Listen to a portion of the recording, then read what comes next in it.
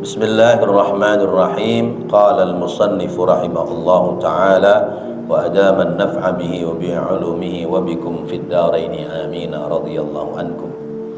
Wa yuqalu, dan dikatakan, salah satun, ada tiga hal, minan naumi, dari tidur, yabghaduha,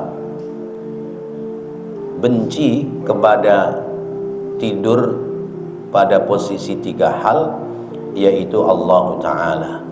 Ada tiga hal orang tidur dibenci oleh Allah Ta'ala. Wa salasatun, dan tiga hal yang dibenci pula oleh Allah, minadh-dhahki, dari tertawa. Yabghaduha Allah Ta'ala, Allah Ta'ala benci kepada tiga hal. Yang pertama, an-naumu inda majlisidz dzikri. An-naumu, orang tidur, inda majlisidz dzikri, di saat sedang ada dalam majelis zikir. Wan-naumu ba'da salatil fajri, dan tidur sesudah salat fajar, yakni salat subuh. Wa qabla al-isya'il akhirati, dan tidur sebelum masuk waktu isya yang terakhir, artinya mendekati masuk waktu isya. Wan naumu, dan tidur fi salatil fardhati, pada saat salat fardu. Wan dhahku, dan tertawa yang dibenci oleh Allah adalah ad-dhahku khalfal janazati, orang tertawa di belakang jenazah. Wad-dhahku fi majlisidz dzikri, dan tertawa di majelis zikir. Wad-dhahku indal maqabiri, dan tertawa ketika sedang berada di pekuburan. Wa qala Abu Yahya al-Warraq, berkata Imam Abu Yahya al-Warraq, al-masaibu arba'atun, musibah itu ada 4. Mana 4 itu? Fautat takbiratil ula, tertinggal takbiratul awal dari imam, tertinggal takbiratul awal oleh imam. Wa fauta majlisidz dzikri, dan tertinggal hadir dalam majelis zikir. Wa fauta muwaqa'atil aduwi, dan tertinggal untuk ikut berperang melawan musuh. Wa fautal wuqufi, dan tertinggal wukuf, bi Arafatin, yaitu di Arafah, yakni idza kharaja ilal haji, yaitu ketika keluar untuk melaksanakan ibadah haji. Wafatuhu, dan tertinggalnya ibadah haji. Wafatuhul hajju, dan tertinggalnya dia dalam ibadah haji. Wa yuqalu, dan dikatakan, mujalasatul ulama'i, majelisnya para ulama itu marammatun lid-dini, yaitu bengkel buat dandanin kita urusan agama. Wa zainun lil badani, dan menjadi perhiasan untuk anggota badan kita. Wa mujalasatul fusaqi, dan majelisnya orang-orang fasik, tempat duduknya orang-orang yang berbuat maksiat. Jarahatun, adalah goresan luka, lid-dini, kepada agama. Wasyainun, dan menjadikan cacat, lil badani, pada anggota badan. Bapak-bapak hadirin dan saudara-saudara serta ibu-ibu sekalian yang dirahmati Allah, kita kembali mendapati nasihat dari kitab namanya Tanbihul Ghafilin, peringatan bagi orang-orang yang lalai. Siapa yang lalai bukan orang lain tapi diri kita. Karena ngaji itu baiknya ada di kita, buruknya ada pula di kita. Contoh baik yang buat contoh adalah kita, contoh buruk yang buat contoh juga kita. Sebab kalau contoh baik yang buat contoh kita, giliran contoh buruk yang buat contoh orang lain, kita nggak usah ngaji karena sudah baik.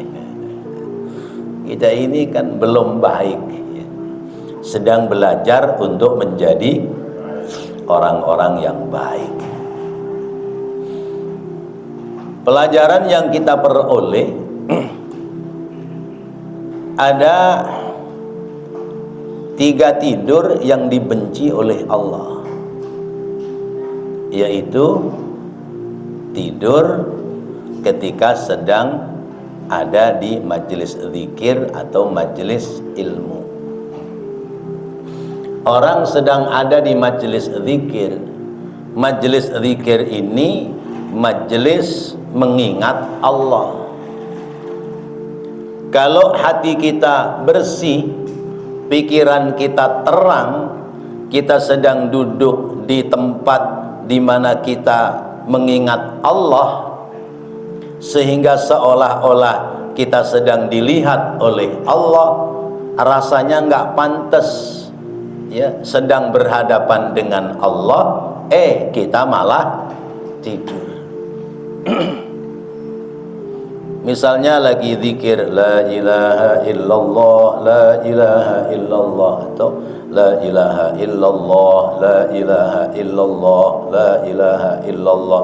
Orang sedang zikir la ilaha illallah berarti sedang mengingat Allah, tidak ada Tuhan selain Allah. Malah merem. Merem bukan karena khusyuk, tapi merem karena turu.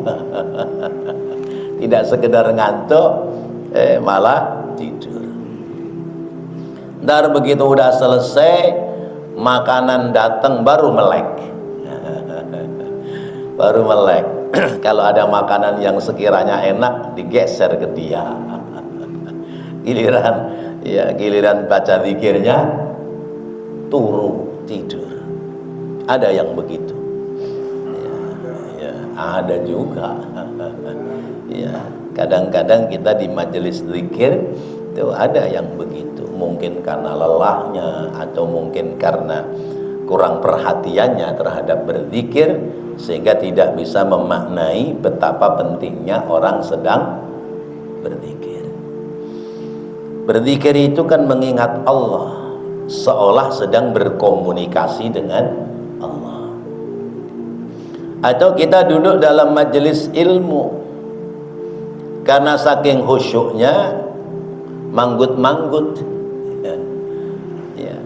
palanya lenggut. Kata gurunya, khusyuk dia. Ternyata ngantuk sampai tidur.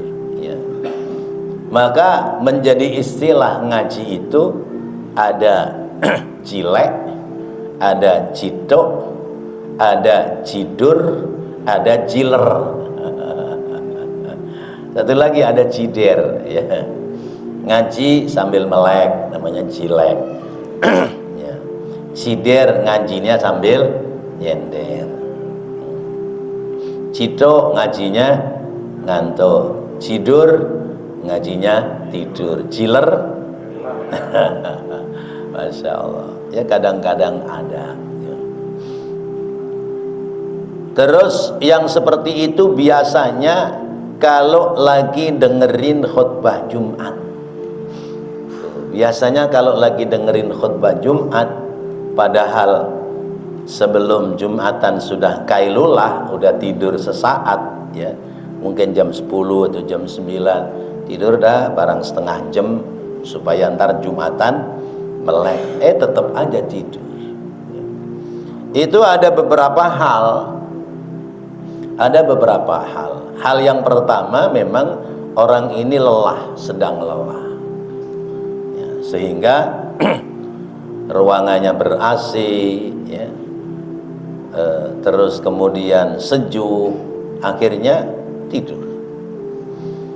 Atau orang ini sesungguhnya pingin perhatian, tapi karena materi khutbah yang disampaikan oleh khatib itu judulnya apa, keterangannya kemana, kemudian dia nggak paham, lama-lama alah nggak tahu lah ngomong apa dia, akhirnya merem tidur.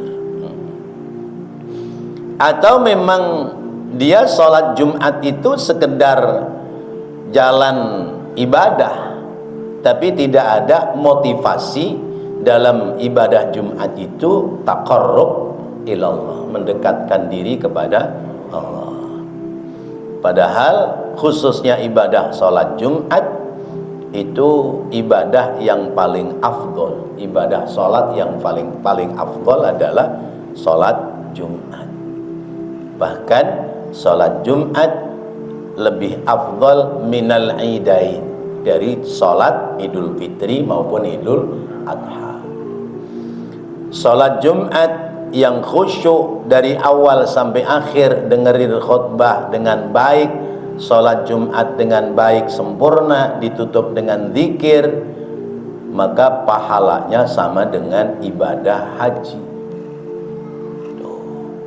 Sehingga orang kalau dia memahami betapa pentingnya dan betapa mulianya ibadah sholat Jumat, nggak main-main sama sholat Jumat.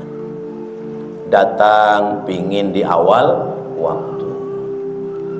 Biar kata rumah dekat dengan masjid, tapi saya dalam hal kebaikan ingin memaksimalkan, nggak mau kalah dengan orang lain. Masa yang jauh-jauh udah pada datang, saya yang dekat datangnya belakangan. Jalan duluan. Upayakan pula pakaiannya, pilih yang paling cakep. Sebab kata Allah, ya ayyuhalladzina amanu khudhu zinatakum inda kulli masjidin. Wahai orang-orang yang beriman, ambil pakaianmu, sempurnakan atributmu, perhiasanmu ketika kamu mau berangkat menuju ke masjid, utamanya sholat Jumat dan kemudian sholat-sholat yang lain. Maka maksimalkan kita dalam berpakaian, utamanya untuk melaksanakan ibadah sholat, lebih-lebih sholat Jumat.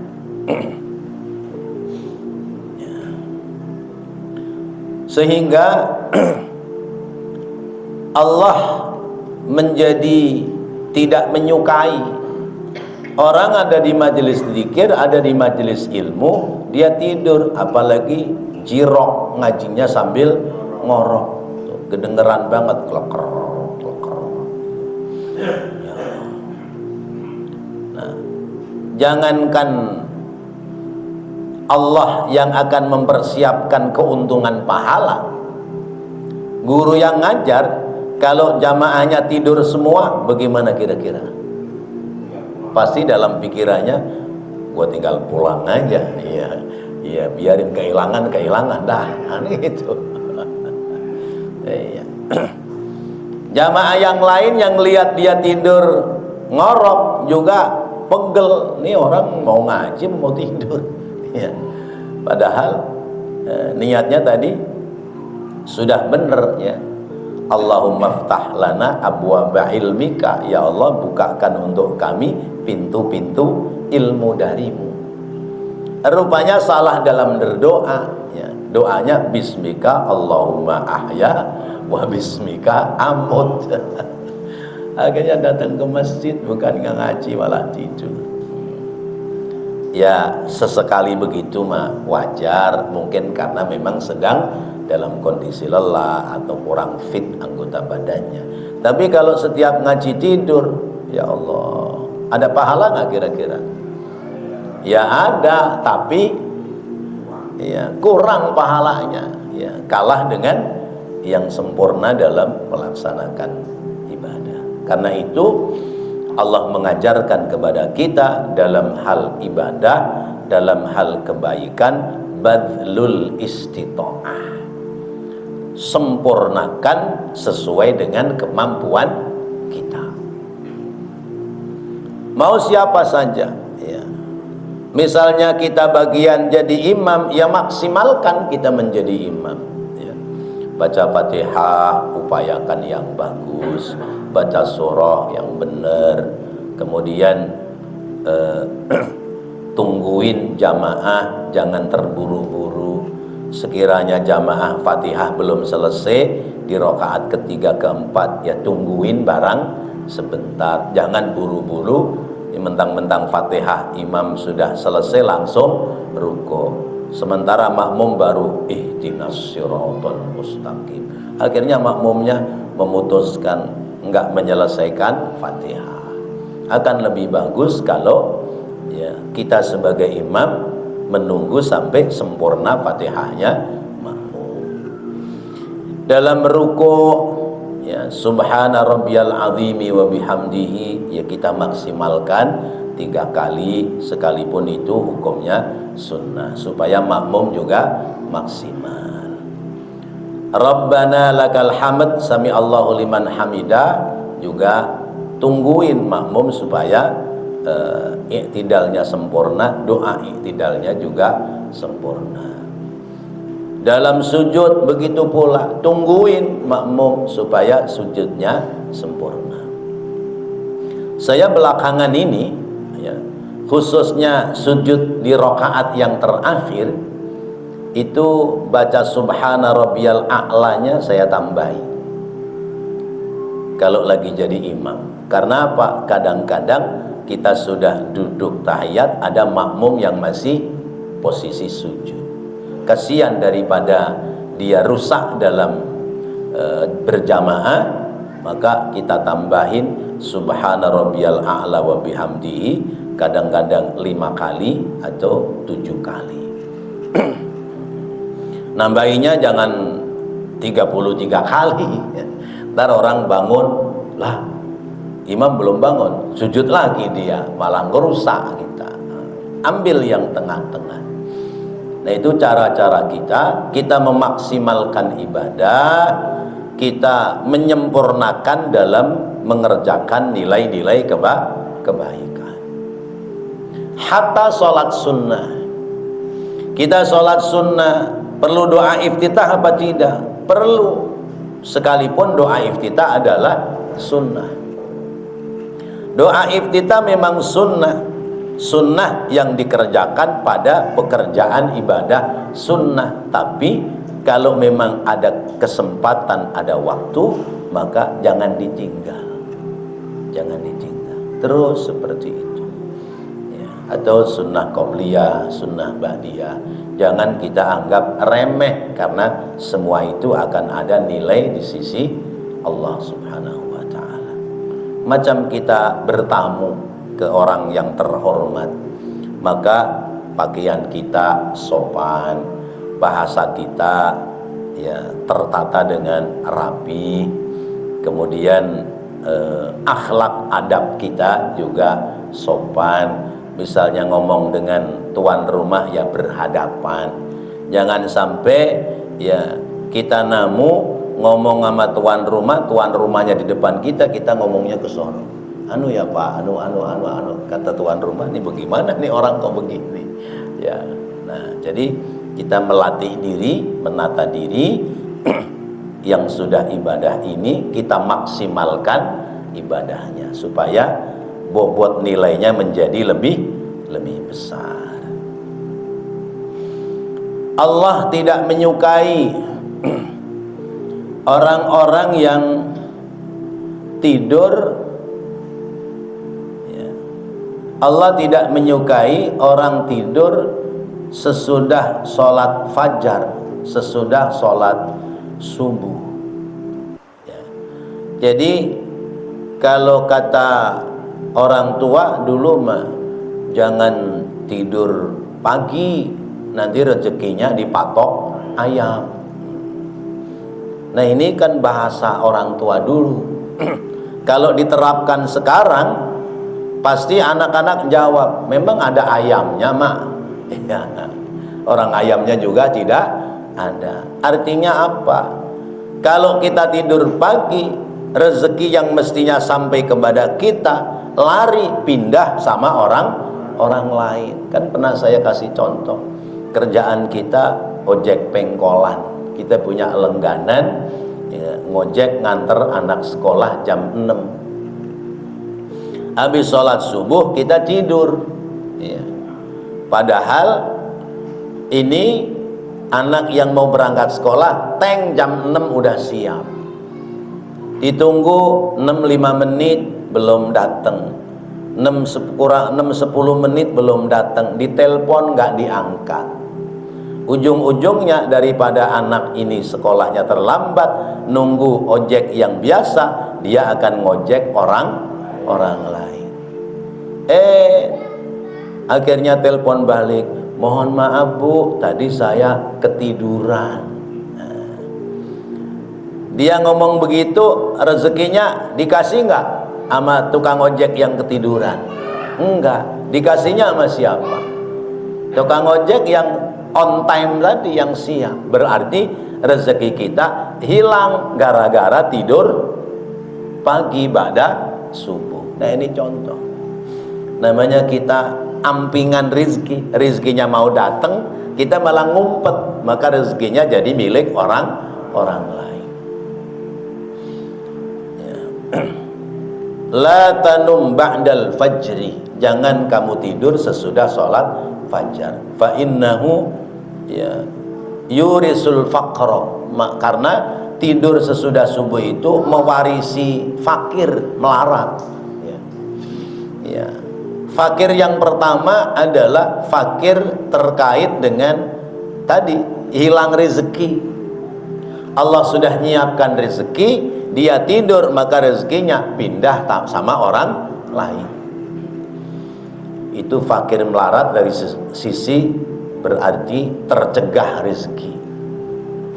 Fakir yang kedua itu artinya fakir dari kesehatan. Karena secara medis orang tidur habis subuh itu mewarisi penyakit. Mewarisi penyakit. Coba Bapak habis sholat subuh tidur ya. Mau setengah jam, mau sejam, itu bangunnya, itu badannya pasti ngerentek ya. Palanya pusing, migrain. Kenapa? Karena di situ dilarang. Sebab kita ini ya kayak orang musuhan sama matahari. Matahari keluar, kita ngumpet. Kayak seolah musuhan sama matahari. Sementara cahaya matahari itu kan rizki dari Allah. Cahaya matahari rizki dari Allah, perlu kita sambut. Masa kita kalah sama burung? Burung aja sebelum matahari terbit itu sudah berkicau, dia berzikir kepada Allah ya. Saya di rumah ada burung memang buat bangunin pagi ya. Ada burung ceruk-cuk, ada burung apa tuh yang buntutnya panjang, murai. Itu jam 3:30, 4 udah bunyi melulu ya. Jam 3:30, 4 udah bunyi melulu terus ya.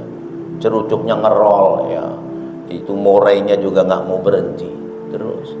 Itu dia sesungguhnya berzikir kepada Allah dengan cara dia seperti itu. Burung yang di alam bebas sama seperti itu. Sebelum subuh, dulu zaman masih kecil hidup di kampung Pak Haji Lokman ya, itu kalau pagi-pagi di kebun itu yang namanya ceruk-cuk itu saut menyaut ya. Ya, mana bunyinya borok-borik, borok cikrok itu borokan. Borok-borik, borok cikrok, borok-borik, borok cikrok itu. Nah, itu berzikir kepada Allah sampai nanti matahari terbit. Begitu matahari terbit, terbang dia. Cari rizki. Cari rizki, nggak ketemu, pindah tempat lain. Tempat lain nggak ketemu, pindah lagi tempat lain. Tidak pernah mengeluh. Kalau dia sudah kenyang, sekalipun masih ada rezeki, dia tinggal, biarin buat yang lain. Saya cukup ya dengan mengenyangkan perut. Nggak ada kayak kita ya. Kalau kita dikasih beras ya, butuhnya buat masak sehari seliter, dikasih sekarung, dipanggul nggak sekarung? Dipanggul, bawa pulang ya. Berkat aja begitu ya.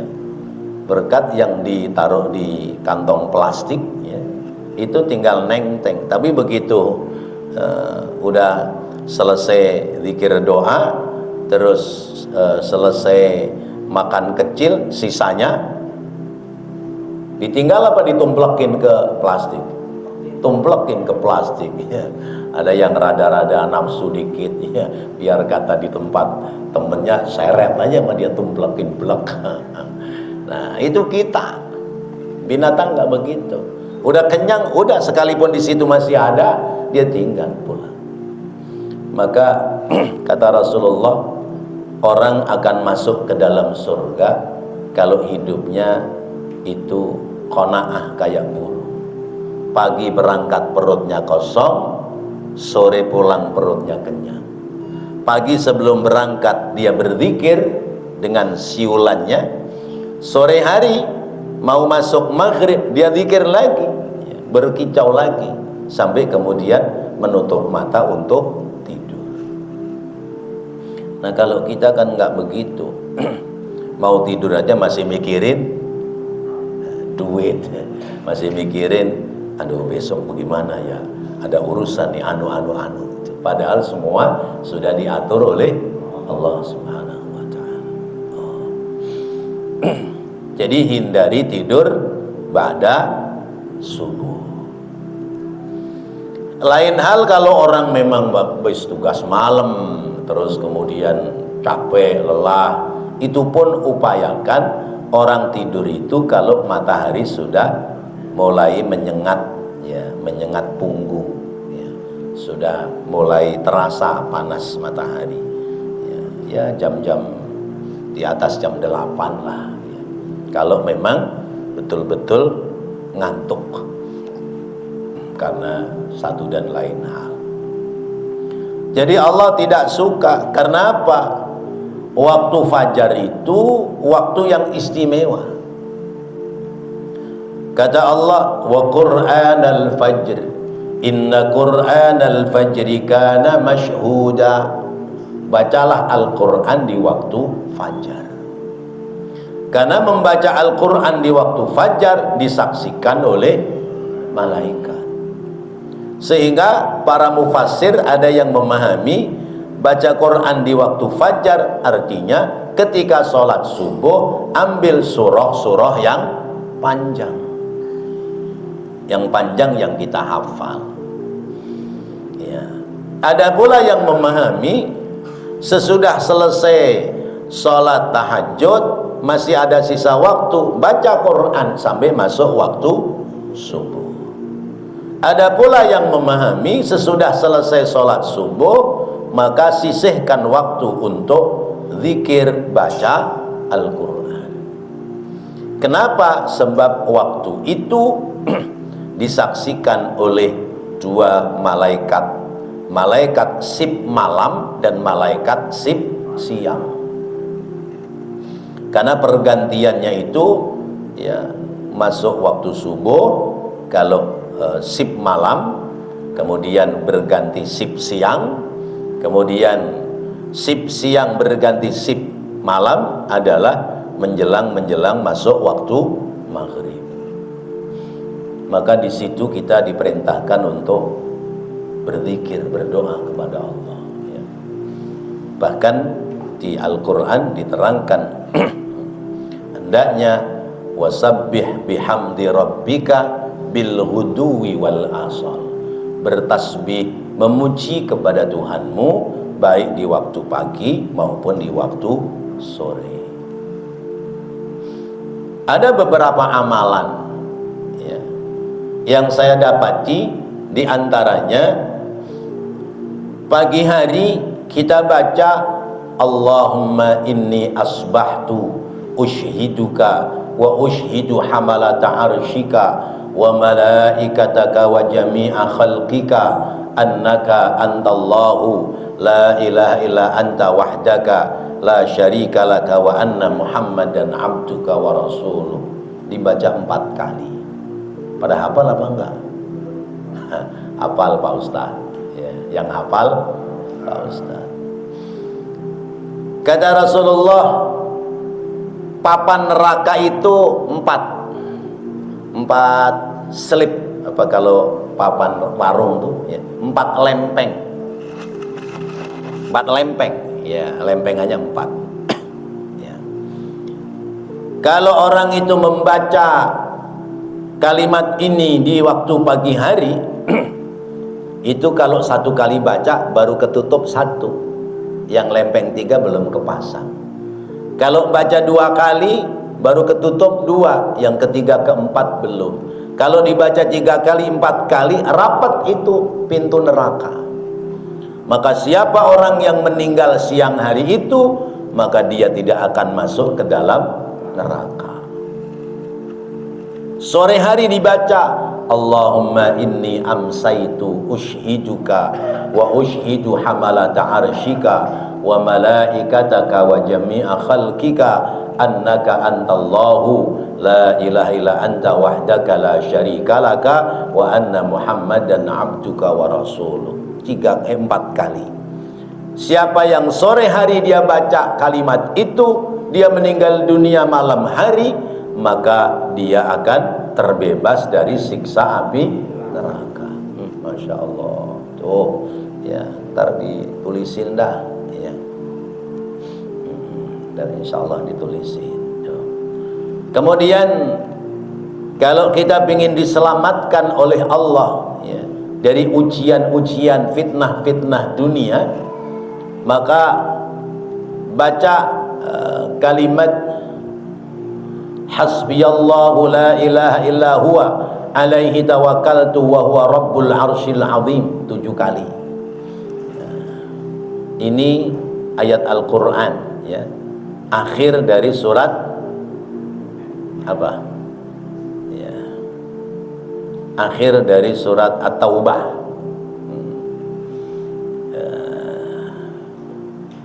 Dari laqad ja'akum itu belakangnya ya, fa in tawallaw faqul hasbiyallahu la ilaha illa huwa alaihi tawakkaltu wa huwa rabbul arsyil azim.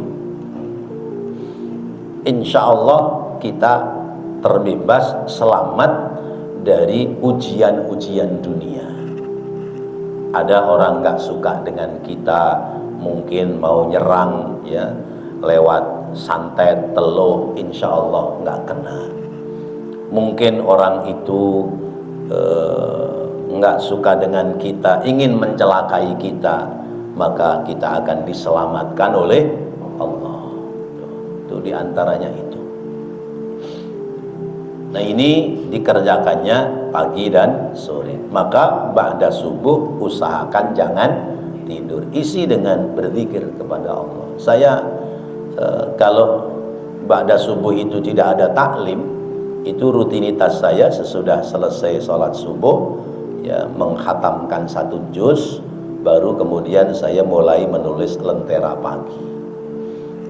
Atau biasanya kalau malamnya longgar, sudah nemu makalah yang bagus, malam sudah saya tulis, sehingga pagi tinggal ngirim ke teman-teman. Tapi kalau subuh itu ada giliran taklim, lentera paginya rada siangan, itu biasanya begitu. Nah, ini melatih kita membiasakan hal-hal yang baik ya, supaya kita ini tidak dibenci, tidak dimurkai oleh Allah Subhanahu wa ta'ala. Kemudian Allah tidak suka pula ya, yaitu orang tidur pada sholat fardu. Orang lagi sholat kok tidur bisa-bisanya gitu. Padahal sholat itu sedang menghadap kepada Allah. Orang sholat kan sedang komunikasi dengan Allah. Masa sedang komunikasi dengan Allah kita tidur, ya. Itu kalau tidak ada kekhusyuan dalam diri mah tidak mungkin, ya. Ya, orang diajak ngobrol sama mertua aja, ya, biar kata ngantuk dimelek-melekin. Ya, masa diajak ngomong sama mertua mata kita merem, ya. Apalagi sedang berkomunikasi dengan Allah Subhanahu wa taala. Kemudian 3 hal yang orang tertawa itu dibenci oleh Allah. Kapan? Yaitu yang pertama, ad-dhahku khalfal janazah. Orang sedang takziah, sedang ngelawat orang meninggal, tertawanya terkekeh-kekeh. Ya. Ya. Obrolannya urusan dunia, obrolannya urusan perempuan. Padahal sedang takziah. Takziah itu kan mendatangi orang yang meninggal dunia. Melihat orang meninggal dunia, apalagi teman kita, kerabat kita, saudara kita, itu kan mengingatkan kita sekarang dia yang sudah meninggal. Pasti besok atau lusa giliran kita. Maka tentu yang diobrolin adalah urusan-urusan akhirat atau urusan yang tidak urusan dunia, apalagi urusan, ya, lawan jenis. Ada perempuan takziah diketawai nama kita, ya. Ya, karena kan orang perempuan kadang-kadang biar kata jalan takziah yang penting kerudungan, ya. Pakai kaos, pakai celana hot pants, yang penting kerudungan, ya. Sama kita diketawain, gimana sih tuh ibu-ibu nggak mikir apa kerudungan sih, dengkulnya kelihatan, misalnya gitu. Nah, atau karena ada yang cakep, ya, kita lagi takziah, kita nyolek sama teman kita yang di sebelah, cakep, cakep, masya Allah. Apa bedanya dengan kambing? Kambing itu kalau lihat temannya disembelih nangis, tapi begitu kambing betina lewat diuber sama dia mau dikawin, namanya juga kambing. Habis lihat kematian, padahal giliran dia yang bakal mati, tapi lupa ketika melihat lawan jenis. Maka kita ya tidak begitu amat lah, ya. Sedang takziah jangan membicarakan keburukan orang yang mati, ya. Ya. Kita takziah, kita ngobrol, nih semalam nih, ya, semalam ngajak saya ke diskotik, sekarang mati. La ilaha illallah. Itu nggak pantas banget, ya, nggak pantas banget, ya. Apalagi bahasanya goblok, jadi viral, ya. Orang dagang, ya, dipanggil dengan bahasa goblok, viral udah, masya Allah. Sekarang lagi viral itu, ya. Orang dagang es, ya, ditanya, masih ada nggak? Masih. Ya udah, lu jual goblok, astagfirullah. Jadi viral kemana-mana, ya. Ya.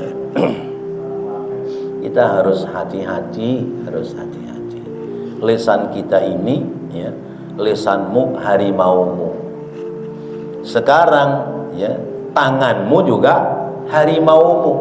Kalau mulutmu adalah harimaumu, tanganmu buayamu, ya, bisa berbahaya. Ya, kita nulis di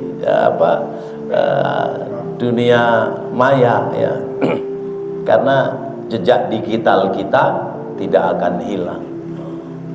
Harus hati-hati, ya.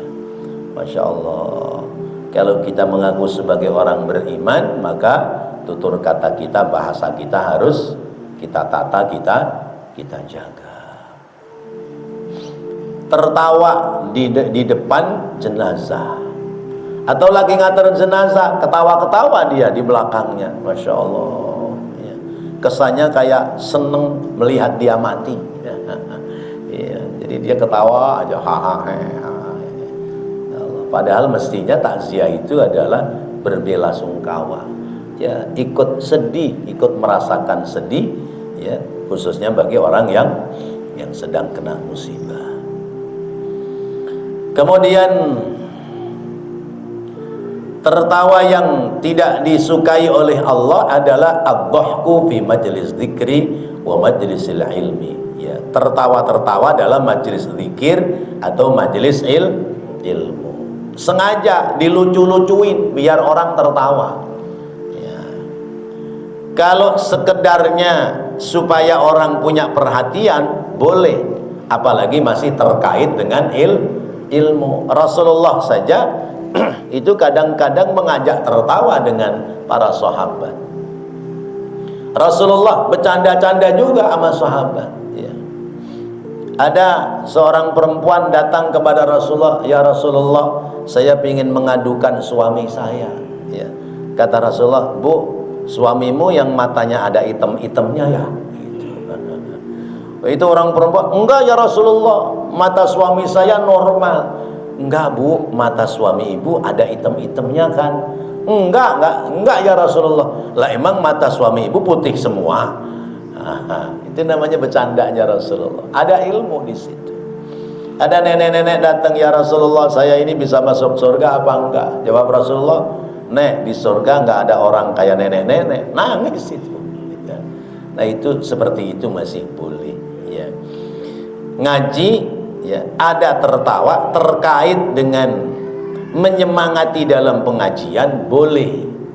Tapi kalau tertawanya dibuat-buat, apalagi tertawa itu lucu-lucuan, maka menjadi larangan, menjadi dibenci oleh Allah Subhanahu wa Ta'ala. Ya tadi, sesungguhnya kan niatnya lucu-lucuan. Ada orang tukang dagang lewat, dipanggil, ya.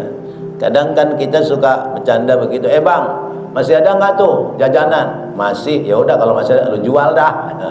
Nah itu kan mungkin buat lucu-lucuan, bercandaan, tapi tidak pada tempatnya. Kalau tidak pada tempatnya, akhirnya menjadi masalah. Jadi masalah. Ya, jadi masalah. Ya. Saya ingat dulu, ya, ada orang tukang jual bubur kacang hijau pakai gerobak dorong. Ada Pak Guru, ini Pak Guru sekolah, itu bercanda.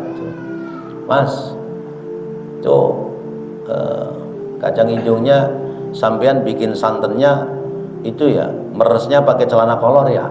Itu marah Pak, marah semarah-marahnya itu tukang bubur kacang hijau. Saya lihat itu, "Mas, sampean meres santannya pakai celana kolor ya?" Itu padahal kan masa iya meres santan telanjang. Tapi kadang karena tidak pada tempatnya, mungkin orang itu sedang punya emosi atau sedang apa gitu, akhirnya marah dia. Ya, canda-candaan begitu kan kadang-kadang kan ketemu, apalagi kita hidup di perkotaan seperti Jakarta. "Pak Agus, sampean itu sampai ketemu saya mukanya lain dah." Tapi kalau udah tahu bercandaan, "Ya iyalah Ustadz, jangankan saya sama Ustadz, orang kembar aja mukanya lain." Jadi kita kudu paham. Nah Bapak dan Ibu yang dirahmati Allah, kita sedang ada di majelis zikir, majelis ilmu. Jangan banyak bercanda yang berlebihan. Kemudian tertawa yang dilarang pula, yang dibenci pula oleh Allah, yaitu ad-dhahku indal maqabir. Di kuburan orang ketawa-ketawa, ya. Ke kuburan itu ada adabnya. Masuk ke kuburan ucap salam, ya. Usahakan kita tidak menginjak kuburan orang-orang mukmin di situ. Kemudian jangan ngobrol urusan dunia. Lalu jangan menyalakan api. Nah orang kita kadang pada ngerokok, pada apa, itu nggak boleh, itu larangan. Sekalipun larangannya hanya makruh, ya, tapi sebaiknya dihindari. Apalagi ke kuburan ngomongnya bisnis, ya. Jangankan bicara-bicara lain, ya, tertawa aja dilarang, tidak disenangi oleh Allah. Ini enggak, di kuburan main judi, main gaple di atas itu, nisan orang, pletak, pletek. Ada lagi yang mabok. Ya Allah, ada lagi yang pacaran. Ya, ya, pacaran malah justru di kuburan. Ya, saya kalau dulu waktu pulang ngajar dari seberang itu saya jalan kaki lewat tengah kuburan, itu anak-anak muda pada berdua, pada rangkul-rangkulan duduk di atas ya tembok nisan kuburan. Kata saya, ya Allah, lu kagak tahu engkong lu ada di sini, bapak emak lu ada di sini, lu pacaran di sini. Ya Allah, kadang-kadang ya saya teriak-teriak, ya bubar gitu. Cuman ya begitu kita lewat dia kumpul lagi. Ya Allah, tuh nggak boleh seperti itu di kuburan, ada adabnya. Kemudian itu kaitan dengan tertawa, ya. Tertawa yang dibenci oleh Allah itu tertawa di belakang jenazah, tertawa di majelis zikir, kemudian tertawa di kuburan.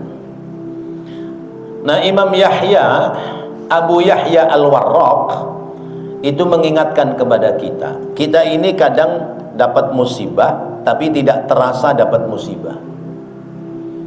Kita terasa dapat musibah itu kalau musibahnya duniawi. Sementara musibah ukhrawi yang terkait dengan hilangnya nilai-nilai pahala, keutamaan-keutamaan dalam kebaikan, kadang kita tidak merasakan. Biasa aja. Apa saja itu yang menjadi musibah? Ada 4 kata Imam Abu Yahya Al-Warraq. Pertama, fautat takbiratil ula. Kita datang ke masjid ketinggalan takbiratul ihramnya imam. Itu sesungguhnya musibah. Musibah, ya. Kenapa? Sebab kita tidak istiqmal menjadi seorang makmum, ya. Sekalipun ada keuntungan nilai yang sama, ya. Misalnya bahwa orang-orang yang berangkat sholat berjamaah itu diberikan pahala oleh Allah, dia selamat dari siksa api neraka.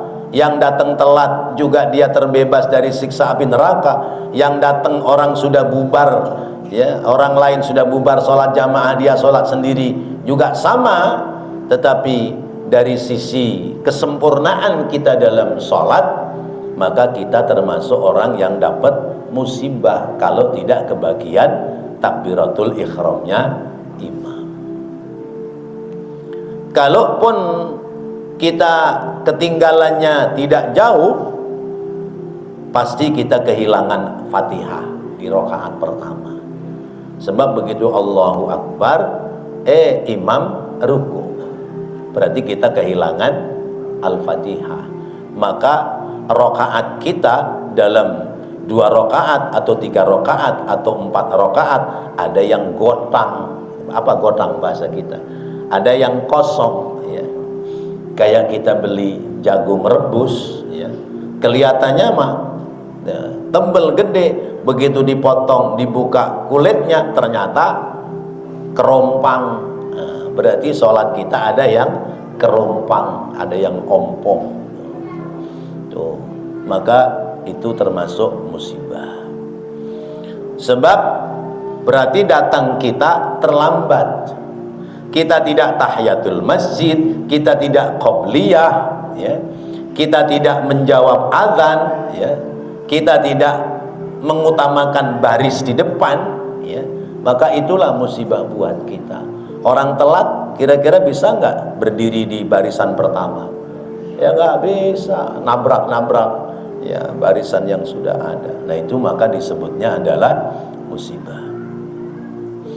Yang kedua disebut musibah juga adalah orang tertinggal dalam majelis zikir atau majelis ilmu atau majelis ibadah, ya.